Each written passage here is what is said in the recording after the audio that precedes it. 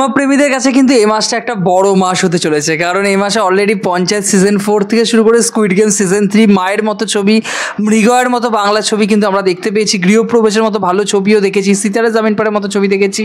ফলত জুন মাসটা কিন্তু আমার দারুণ কেটে, যদিও গৃহপ্রবেশের এখনও রিভিউ আমি করিনি, মৃগয়ের ছবিটা এখনও দেখা বাকি রয়েছে, কিন্তু এগুলো দেখবো অবভিয়াসলি। আমরা কিন্তু নেক্সট মান্থের মধ্যে রিভিউ করার চেষ্টা করব। এবারে নেক্সট মান্থও ভালো ভালো অনেক কাজ রয়েছে, মেট্রো ইন্দুরের মতো কাজ রয়েছে, জোরাসিক ওয়ার্ল্ড রিবার্থ রয়েছে, আরও বেশ কিছু কাজ আমরা কিন্তু দেখতে চলেছি। তো স্কুইড গেম সিজন 3 এখানে কিন্তু স্কুইড গেমের মতো বিশ্বসেরা ওয়েব সিরিজ, একসময় এটা ট্রেন্ডিং নাম্বার 1-এ ছিল, ডার্ক স্ট্রেঞ্জার থিংসের আগেও চলে গিয়েছিল, এবং 2021 এই সিরিজটা আমার one of the best series ছিল। এবারে তার যখন সেকেন্ড সিজন এসেছিলো, বেসিক্যালি সেকেন্ড সিজন আর থার্ড সিজন যেটা, ওটা একসাথেই তৈরি করা।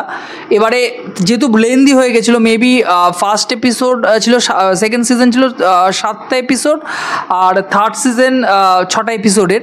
তো যেহেতু লেন্দি হয়ে গেছিলো অনেকটা, সেহেতু তারা কেটে সেকেন্ড এবং থার্ড সিজন করেছে 24-25 2 বছরের মাথায় আর কি। তো আমার মনে হয় মানে স্কুইড গেমের মতো একটা এত ভালো বিশ্বমানের সিরিজকে খুব বিলো অ্যাভারেজ সিরিজে নামিয়ে দিয়েছে সেকেন্ড এবং থার্ড সিজন। হ্যাঁ বন্ধুরা, স্কুইড গেম সিজন 3 আমার অতীব খাজা লেগেছে, এবং আমার মনে হয়েছে 6টা এপিসোড প্রায় 6 ঘন্টার ওপর টাইম ওয়েস্ট করা হয়েছে, এবং মানে যে এক্সপেকটেশন আমার ছিল তার 0% তো বলা মাইনাসে আমার ফুলফিল করেছে আর কি বলতে হয়। এই যে গল্পটা আমরা দেখতে পেয়েছিলাম সেকেন্ড সিজনে এসে, যে প্লেয়ার 456 অর্থাৎ গি হুন লি জাংজাই, মেবি তার আসল নাম গি হুন, ক্যারেক্টারটা তিনি প্লে করছিলেন, এবং সে যখন ফার্স্ট সিজনে গিয়ে গোটা অ্যাওয়ার্ড জিতে ফেলে, গোটা টাকার অঙ্কের পরিমাণ যখন সে জিতে ফেলে, সে টাকাটা রেখে এসে আবার কিন্তু সেকেন্ড সিজনে আমরা দেখি তাকে কাম ব্যাক করতে, এবং সে একজনকে খুঁজছে। বাস্তবিকত সে আবার গেমে ফিরতে চায়, কারণ যে এই গোটা গেমটা অর্থাৎ স্কুইড গেম চালান আর কি, তাদেরকে সে শেষ করে দেবে, ধ্বংস করে দেবে। এই গোটা খেলাটা তিনি বন্ধ করতে চান, আর কোনো সাধারণ নিরীহ মানুষ তাদের ফাঁদে পড়ে যাতে না মরে এই খেলায় গিয়ে, এটাই তার প্রধান উদ্দেশ্য। এবং সে কিন্তু খোঁজ পায়, আবার সে গেমে যায়, নতুন প্লেয়ারদের সাথে তার পরিচয় হয়, এবং সে কিন্তু আবার খেলায় অংশগ্রহণ করে। এবং ফার্স্ট খেলাটা আমরা দেখতে পারি অবভিয়াসলি সেই একই রকম আর কি, তারপরেও 2-3টে কিন্তু খেলা চলে। থার্ড সিজনে এসে আমরা ফোর্থ গেম থেকে দেখতে পারি, 4th, 5th এবং 6th 3টে গেম এখানে রাখা হয়েছে। এবং সেকেন্ড সিজনে যারা চলে গিয়েছিলেন তার পরবর্তী সময় থেকে আপনারা জানেন যে ফ্রন্টম্যান যে ছিল, সেই ফ্রন্টম্যানের ক্যারেক্টারটাও কিন্তু গেমের মধ্যে ছিলেন। ফার্স্ট সিজনে আমরা যে গোটা গেমটা স্কুইড গেম যে চালু করেছিলেন, যে বয়স্ক ভদ্রলোক, তাকে আমরা যেরকম দেখতে পেয়েছিলাম, সেরকমই সেকেন্ড সিজনে ফ্রন্টম্যানকেও কিন্তু আমরা গেমে দেখতে পেয়েছিলাম। থার্ড সিজনে তাকে ধরে আনা হয়েছে, এবং তাকে কিন্তু মারা হয়নি, ফলত সে আবার তার খেলায় ফিরে আসে, এবং সে প্রায় ডিপ্রেশনে চলে যায়। অর্থাৎ 456 গিউনের ক্যারেক্টারটা থেকে এখানে কিন্তু অন্যান্য চরিত্রের উপর মেইনলি ফোকাস করা হয়েছে। আমার কেন সিরিজটা পজিটিভ বা খারাপ লেগেছে, আমি খারাপ ভালো দুটোই বলছি। আমি ভালো দিকটা মেনলি বলি, স্কুইড গেমে যদি পজিটিভ পয়েন্ট বলতে হয়, তাহলে আমার কাছে ফার্স্ট পজিটিভ পয়েন্ট হলো এই সিরিজের যে ক্যারেক্টারগুলো ছিল, কি হুনের চরিত্র, তার থেকেও এখানে মেনলি ফোকাস করা হচ্ছে 222 একটি ক্যারেক্টার, একটি মেয়ের ক্যারেক্টার, অল্প বয়সী একটি মেয়ের ক্যারেক্টার, অফিসারের যে চরিত্র, অর্থাৎ যে অফিসারকে ফার্স্ট সিজনে মেরে দেওয়া হয়েছিল, আমরা ভেবেছিলাম মরে গেছে, কিন্তু সে মরে যায়নি। সেকেন্ড সিজনে সে ব্যাক করছে, এবং সে কিন্তু আইল্যান্ডটা খোঁজার চেষ্টা করছে, কোথায় সে আইল্যান্ড যেখানে এই গোটা গেম চলে। এই সিরিজের ক্যারেক্টারগুলোকে মেনলি ফোকাস করা, যে আমি সবার নাম জানি না, বলতেও পারবো না, প্রায় একই রকম তাদের উচ্চারণ, দেখতেও একই রকম লাগে আমার সাউথ কোরিয়া, নর্থ কোরিয়া, চাইনিজদেরকে, যাই হোক। তো 222 যে ক্যারেক্টারটা ছিল, শেষ অবধি খেলেছেন আর কি, একটা ক্যারেক্টার রয়েছে 456 সাথে, অবভিয়াসলি সেই ক্যারেক্টারটা, এবং এখানে টুইস্ট রয়েছে, বেশ কিছু টুইস্ট রয়েছে, আমরা নতুন কিছু ক্যারেক্টারকেও ইন্ট্রোডিউস হতে দেখতে পারবো, সেই চরিত্রগুলো কিন্তু বেশ ইন্টারেস্টিং, এবং তাদের অভিনয় আমার ভালো লেগেছে। এই সিরিজের আরেকটা পজিটিভ পয়েন্ট হলো বিজিএম, ব্যাকগ্রাউন্ড মিউজিক, এবং 5th আমার মনে পড়ছে 5 নম্বর যে খেলাটা ছিল, কোনো খেলাই সেকেন্ড সিজন এবং থার্ড সিজন আমার ইন্টারেস্টিং মনে হয়নি, যেটা ফার্স্ট সিজনে ছিল। প্রত্যেকটা খেলা ইন্টারেস্টিং খেলা ছিল, এবং প্রত্যেকটা খেলার মধ্যে টান মুহূর্ত ছিল।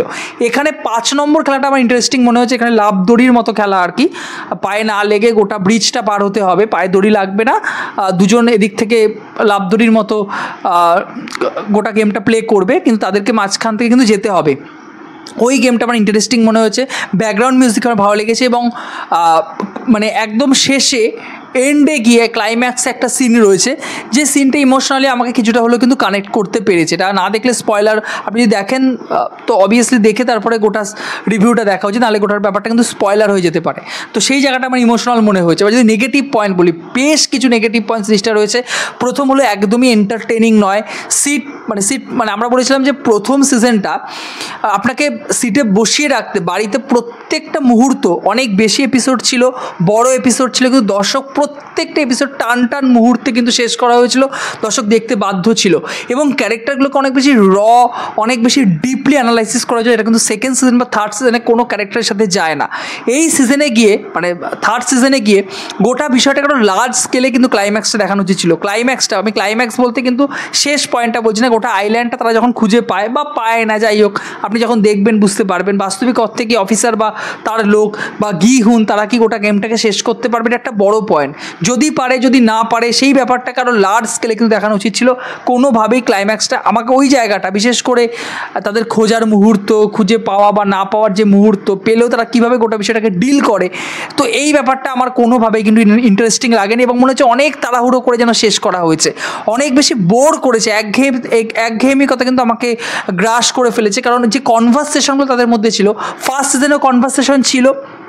ফার্স্ট সিজনে একটা দৃশ্যপট ছিল যেখানে 001-এর সাথে 456 একটা গেম থাকে, তাকে সমস্ত কিছু পাথরগুলো দিয়ে দিতে হয় মেবি ওই জায়গাটা, সেখানে কতটা ইমোশনাল জায়গা ছিল। এখানেও কিন্তু ইমোশনাল জায়গা তুলে ধরার জায়গা অনেক জায়গায় পেয়েছে মেকার্সরা, কিন্তু আমার কোনো জায়গায় কিন্তু ইমোশনালি কানেক্ট করায়নি, বরং যে কনভারসেশন, লং কনভারসেশন, সেইগুলো আমাকে ডিস্ট্র্যাক্ট করেছে, কোনোভাবেই কিন্তু আমার মধ্যে এক্সাইটমেন্ট কিন্তু ক্রিয়েট করেনি। এছাড়াও ফ্রন্টম্যানের যে ক্যারেক্টার খুব ইন্টারেস্টিং, এবং এই ক্যারেক্টার, এই চরিত্রটার উপর কিন্তু শেষ অবধি গোটা সিরিজটা নির্ভর করছিল।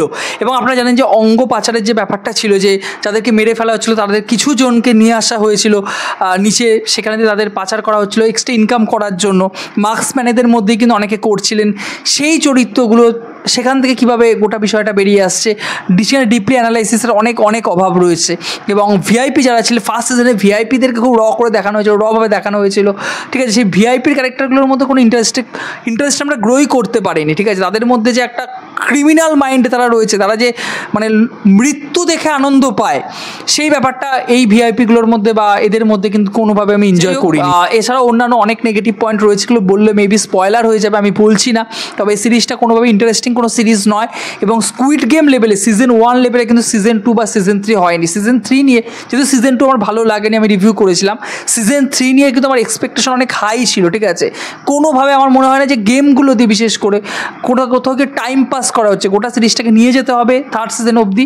এবং ওপেন এন্ডের একটা ক্লাইম্যাক্স রাখা হয়েছে, মেবি হয়তো এরপর স্পিন অফ আসবে, কারণ এরপর তো স্কুইড গেমের আর কোনো সিজনে আসবে না, স্পিন অফ দেওয়া হবে। যে গোটা গেম, এই যে গোটা গেম অর্থাৎ স্কুইড গেম তো একদিনে শুরু হয়নি, বহু বছর ধরে চলছে। কে শুরু করেছিল আমরা জানি, কেন শুরু করা হয়েছিল বা কীভাবে গোটা গেম প্লে এতদিন ধরে এগিয়েছে, আগামী দিনেই বা কী হবে। আমরা ক্লাইম্যাক্সে একটা ছোট্ট টুইস্ট দেখতে পেয়েছি, টুইস্টটা আপনি দেখলে বুঝতে পারবেন যে এরপর কোন দিকে যাবে। তো একটা স্পিন অফ হয়তো আমরা স্কুইড গেমে দেখলেও দেখতে পারি, কিন্তু থার্ড সিজন কোনোভাবে কিন্তু আমার ইন্টারেস্টিং মনে হয়নি। আপনারা জানাবেন, আপনারা যদি স্কুইড গেম সিজনটি দেখে থাকেন আপনাদের কেমন লেগেছে। ভিডিওটি ভালো লাগলে ইনফরমেটিভ ভিডিও পেতে চ্যানেলকে সাবস্ক্রাইব করে পাশে থাকতে হবে বন্ধুরা। জয় হিন্দ।